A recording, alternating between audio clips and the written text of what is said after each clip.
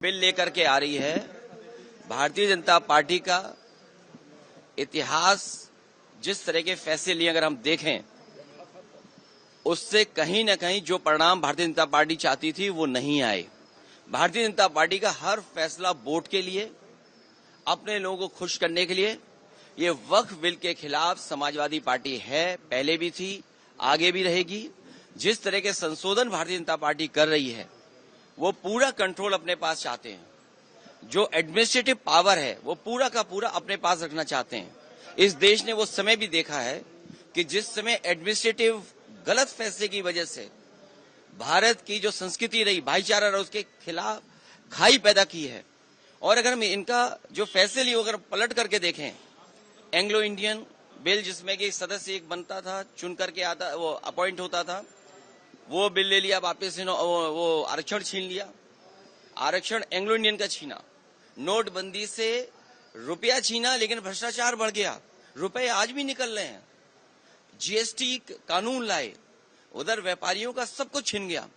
दिन भर वो केवल जीएसटी का चक्कर काट रहे हैं।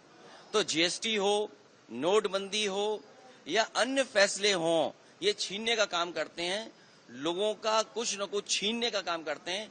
वक्फ के माध्यम से ये कहीं न कहीं संदेश ये देना चाहते हैं कि अपना वोट बैंक ठीक कर लें, क्योंकि नौकरी दी नहीं, रोजगार दिया नहीं, किसान की आय दोगुनी हुई नहीं, तो इनका वोटर भी इनसे नाराज है।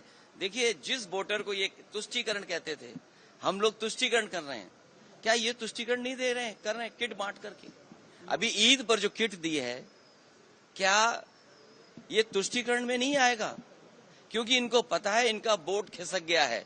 अभी तक तो ये हिंदू भाइयों को गुमराह करते थे, अब इनकी कोशिश है कि मुसलमान भाइयों को भी गुमराह कर दें। सर, वो कह रहे हैं वक्फ पे विपक्ष गुमराह कर रहा है। सर कह रहे हैं कि वक्फ पे विपक्ष आप एंग्लो इंडियन इन्होंने छीना, क्या विपक्ष ने गुमराह किया?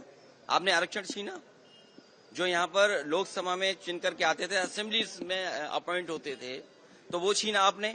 नोटबंदी पे आपने कहा कि आतंकवाद खत्म हो जाएगा, इनके लोगों को माफी मांगने जाना पड़ा। क्या आप सोच सकते हो?